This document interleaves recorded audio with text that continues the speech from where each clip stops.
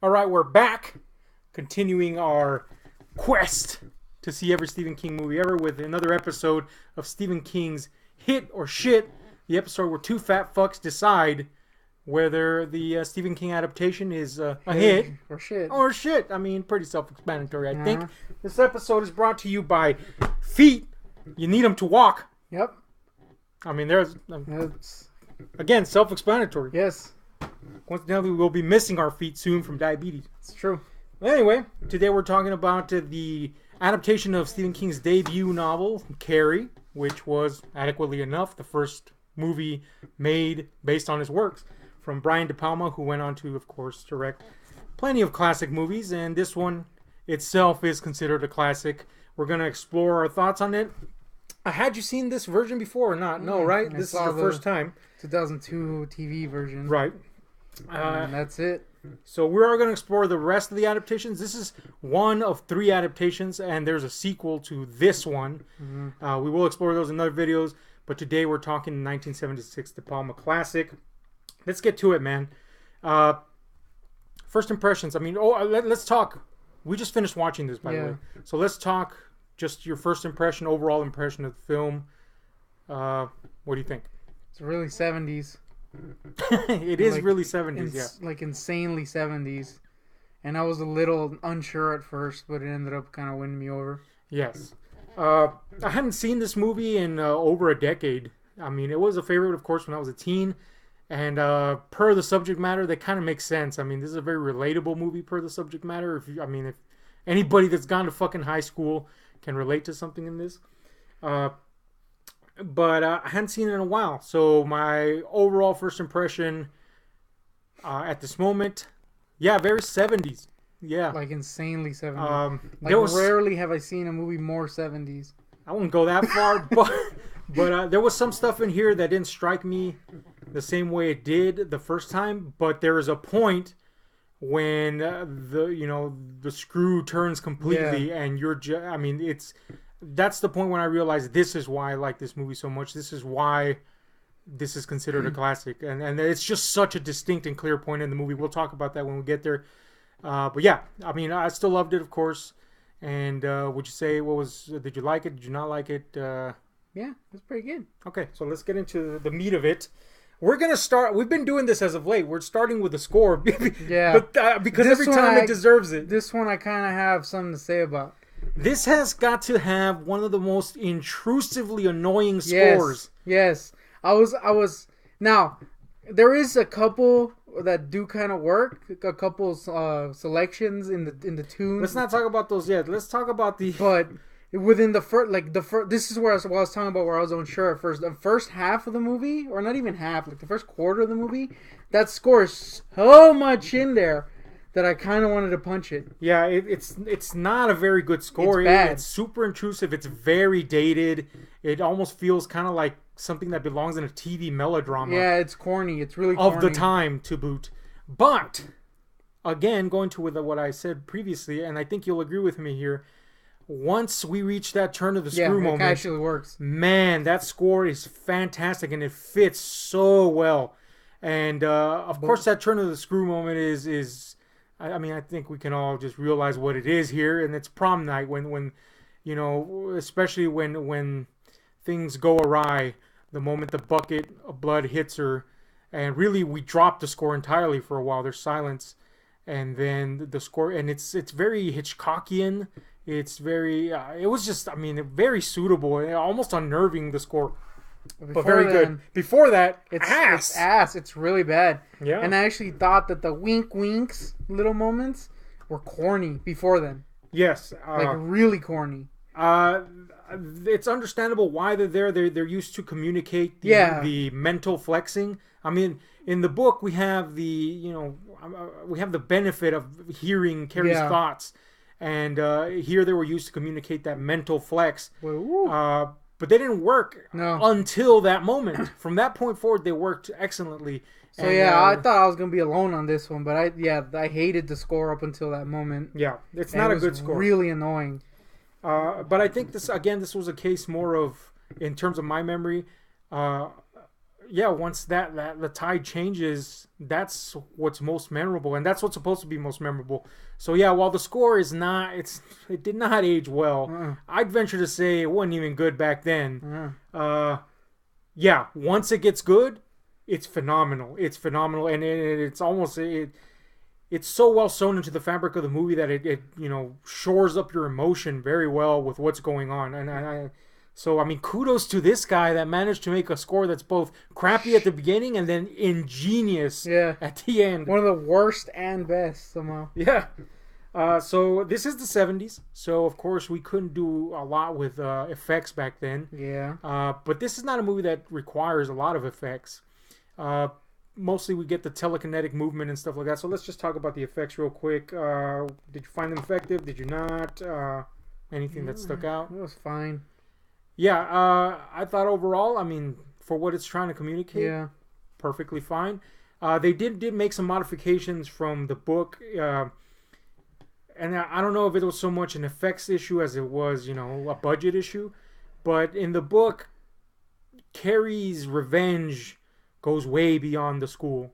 She destroys a fucking quarter, if not half, of the town. She completely destroys it, burns it down, and she wreaks havoc galore. And again, we don't see that. It wasn't part of the narrative because it's very conclusive what she does in the movie. But I mean, and that's very good because in the book, there are some people that escape the gym. She doesn't close the back doors, and they realize that that's the case, and some get out, and that furthers the narrative in terms of getting to know the scope and breadth of her vengeance. But here they made it much more. She's done here. They're locked in. Everybody dies. There's no survivors save Sue. So I mean, it's pretty. Yeah. It was a good choice, and I mean, it would have been nice to see all this destruction, but but everything that was there was fantastic. The telekinetic stuff, I mean, they sold it pretty good. Thought there was nothing really dramatically, nothing like was like the early score. So let's talk about the visual aesthetic of the film. There's a really strange 70s. Kind of haze-like quality, and you might think it's a 70s thing. They Vaseline that lens. It's not. I mean, it was obviously a conscious choice, and it's used in certain scenes specifically to give you that kind of dreamlike fugue type of feel. Because sometimes it's there and sometimes it's not, and in the scenes it's used, it's very specific. But it is something that we associate with 70s. That time period. But it worked overall, especially towards the end, where I think maybe the viewing audience would have realized, oh wait, this has been used sparingly and purposefully for a reason. But yeah, I mean, overall, I mean, it is a 70s movie. Obviously, the aesthetics are of the time, but it's nothing jarring, I would say. Would you say? Except for maybe the prom suits. Yeah. Well, yeah. I mean, it's dated. Visually, obviously, but it's of the time. Fits, whatever. I'm not gonna cry about it being 70s, even though I keep saying it's 70s. Okay, so let's talk about what's at the core of the film here, and that's the characters. Obviously, the book is really the thing's called Carrie.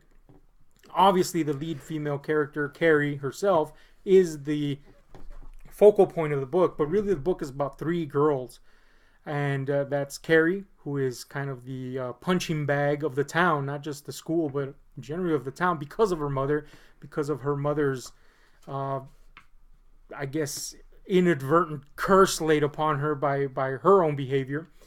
And then we have Sue Snell, who is kind of the popular girl, and then we have Chris Hargensen, who is the mean girl. And they all are, there's a common thread that binds all three of them, and it's that they are bound by their roles in society, by who they are defined in their society they exist. The difference between the three is that Chris revels in it, revels in who she is. Sue struggles with the idea of what the implications of who she is might how they might affect her life and the life of others and her future. And Carrie, the most relatable, I think, for most people, is the one that has been pushed to the brink. She's tired of being in her specific role in life, in society. And that's a big thing in the book. These three plot lines are followed and tied off by the end of the book. So did you feel that any of these characters portrayed any of that adequately or not adequately? Or did you feel maybe the movie had a different thrust or try to be about something else? No, I thought it was followed pretty well. I mean, I got that from every character, so it was done well. Yeah, I mean, I did too. I think they did it's a pretty straightforward adaptation. The book is not. It's lean and mean. The book, it's one of King's smallest offerings, and so they pretty much got all the points through.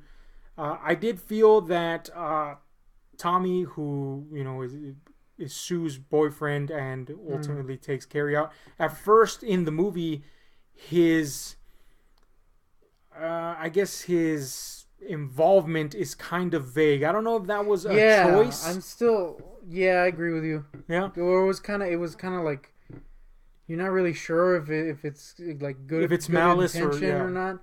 I mean, I think towards the end you kind of get it a little more. Yeah, it's pretty clear by the end. But even then, since it was kind of so unclear at first, I was kind of like, okay, is he still trying to be nice or is he like an asshole? Right. Up until when it's super obvious. Yeah. I don't know if that was intentional or not. In the book, there is that vagueness to him, but he is much more. You can sense more of his reception towards Carrie a lot earlier. So I don't know if this was an intentional thing or it was just the actor. I'd like to say maybe it was intentional, but then again, there's sometimes maybe it's the actor's grin that kind of made it so. He just kind of have like a shit-eating grin a little. Yeah. I don't know though because I don't know. Yeah, you're right. That is kind of a murky point in the movie. But it worked. Yeah. There are some. Let's stay on the characters for a bit here before I get off topic.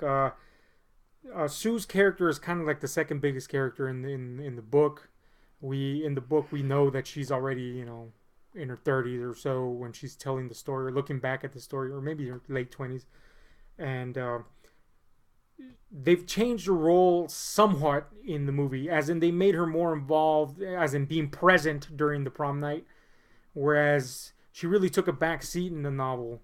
She really let Tommy and Carrie have, or much obviously Carrie have her day, and she became more of a witness to what Carrie was doing from afar. So we got a wider scope of what was going on in the town. But as we've mentioned before, the movie kind of tightens it down and makes Carrie's revenge strictly school-based, her primary taunters. So having Sue actually be there actually worked a lot better, I thought, in some senses, because we did get a very clear feel for where she was at. She really did want to make things right, despite her maybe selfish intentions, because there was a lot of guilt. It wasn't so much that she liked Carrie, it's that there was guilt on her behalf, and yes, there was some empathy. But I think that was a good choice because it really brought that clearly without, and again, since we didn't have the town-wide destruction, that was also a valid point. Another interesting change is that Sue is shown, being a survivor, she is shown on her bed, kind of recovering mentally and physically from the events. And she has this kind of nightmare where Carrie's hand busts out of the wreckage of her home, or rather what's left of the property, and she grabs her, and she's, kind of, it's implied obviously that she will not be able to move on so easily. The mental effects are there forever. And that was a really good way to show what the book did in terms of the town-wide destruction.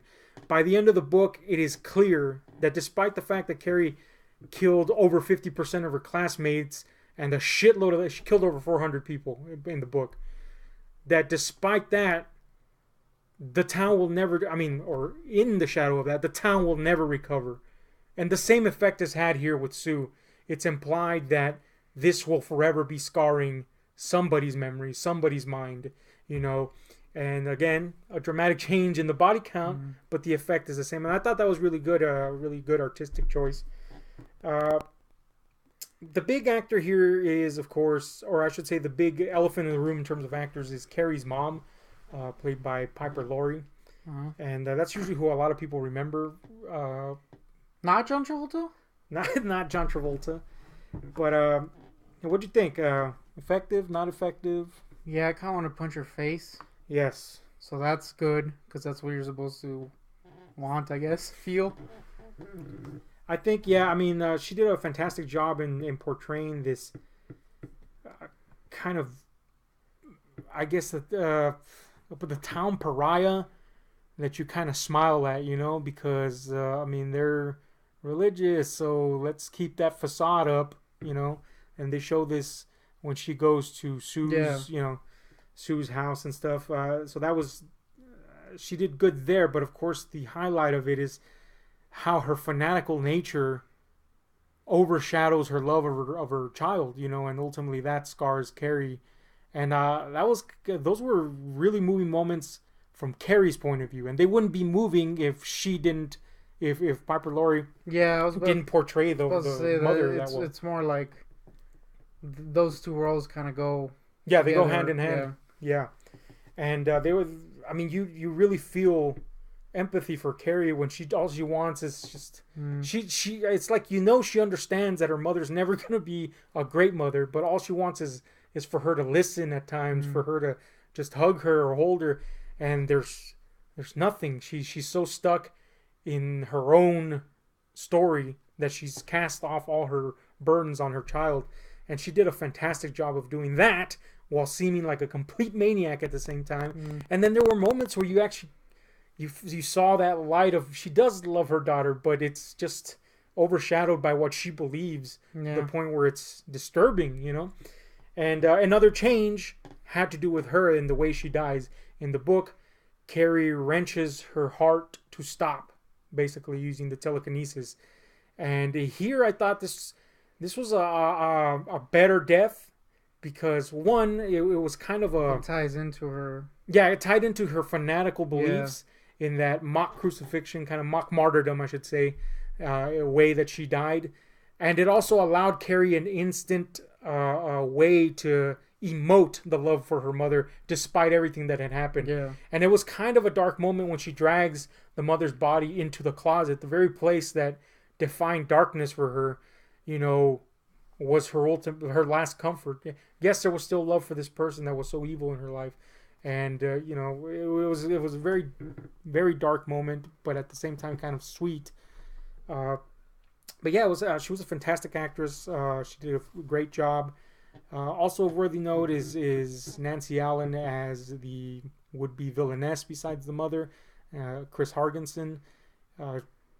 I wish they would have fleshed out her role a little bit more in the book. I mean, there really wasn't much that they took out, but you got a better feel for how vindictive she was.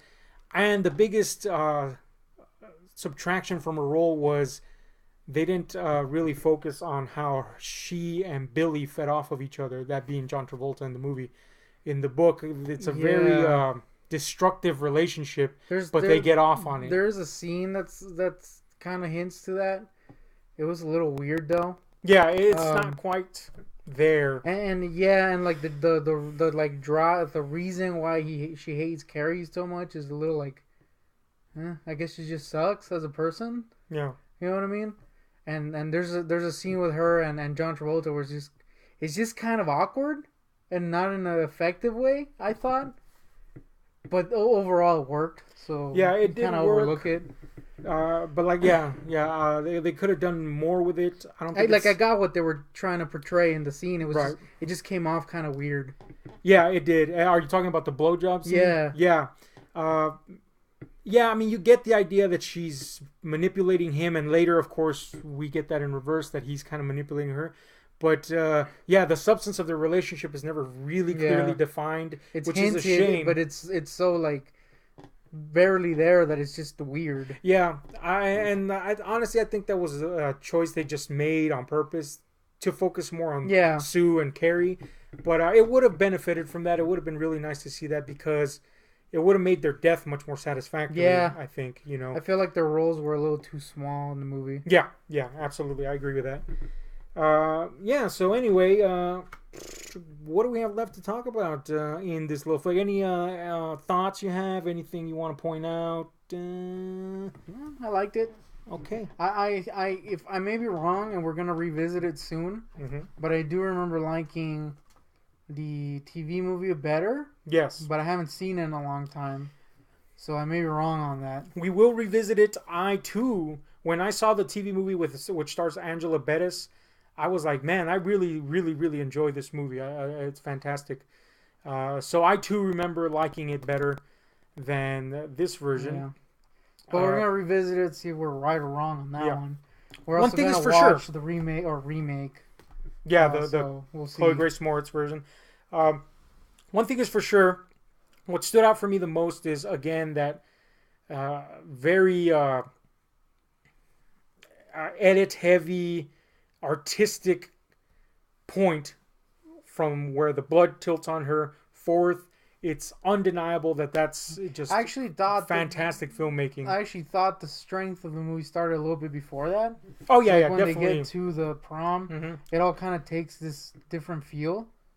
And then when that happened, it was actually really neat to see all the little tricks they used. And I really liked the split screen little thing they Yes, did. wonderful. The split screen and then the colors, and it was all really neat looking. And that's actually where the music actually worked. Yeah, from that point forward. And you're absolutely right. That payoff is made all the richer because of once you get to that prom, you really feel Carrie and kind of shrug off some of the trepidation she felt about it all. She's just kind of in the moment. And it's funny because you know what's going to happen. And you're like, oh, man. Yeah, the dread starts to build up in you. It's not good. And they like... of course they show you what the Evelies are doing, so you're kind of like, oh man, this sucks. Yeah, and you know the more like creative camera shots and all that stuff start happening when they get there, and then it really like ramps up with split screens and all this cool shit happening. Yeah, it's really a great display of artistic what do we call it even artistic a burst of artistic seed. Losing words here. Razzmatazz of artistic feat. There you go. No, sponsored by feet.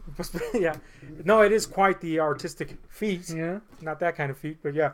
When we get to that point, I mean, you realize this is why people love Brian De Palma. This is why this movie is so memorable. And you forgive the fact that all sorry the to interrupt. students are 50 years old. Yeah, sorry to interrupt, but it kind of like it goes from a good dream, into this nightmare, this cold, horrible nightmare of the best kind, of course, if you're a horror fan. But yes, overall, fantastic scene. And going back to the character thing, to tie it off here, Sissy Spacek, of course, as Carrie, is the gem in the whole endeavor, because she does portray Carrie in a way that is so, I mean, it just stirs up empathy in any of you. And if you don't have empathy for her, what the hell's wrong with you? You just feel sorry for her. There's such, she just portrayed it with such a shy, demure approach to it, and a fragility, and at the same time you knew and understood that she was tired of where she was at, and she just wanted something, just wanted something to go right. So it made it all the more tragic when things didn't go right. And overall, I think we can agree it's pretty good. It's a hit. Stephen King hit. A Stephen King hit. And rightfully so. The movie, of course, went on to make buku amounts of cash. It is considered 10,000 remakes. Had 10,000 remakes. So if you're remaking it, it was good to begin with. But let's just remake it over and over again. We had a pop figure, the sign of quality. Yeah, and there you go. So we've done 2 hits. 2 hits. When are we going to bring in the shits? We don't know. We are gonna see Rage, Carrie 2, or Yeah. Carrie 2 The Rage, or I forgot what it's called. So that may be a hit because I saw it once and I remember being dismissive about it to begin with. So Uh, I wasn't fair to the movie. I was just like, why is there a sequel? The hubris of youth. I was like, fuck this, So I didn't give it a chance. So we're gonna see. Maybe it's a hit. Maybe it's shit. maybe it's But a we shit. do have shit coming up because we will be exploring movies such as Maximum Overdrive and We Dreamcatcher did and the recently like. find out that Krakow has sleepwalkers, Yeah, so we'll be exploring that. and I saw the clip, and the cat jumps on a guy's face and looked fake as hell. Oh man. So anyway, this is a certified hit from Stephen King. Check it out if you haven't seen it yet. It's a classic. Keep in mind there will be some 70s It's Bush, very some 70s. horrible music, Yep, some but vast lensing. once the wheel gets a rolling, It's pretty ain't good, no real. stopping it. So yeah, check it out, Carrie. Brian De Palma will be doing the sequel and the other two remakes soon. And stay tuned for more episodes.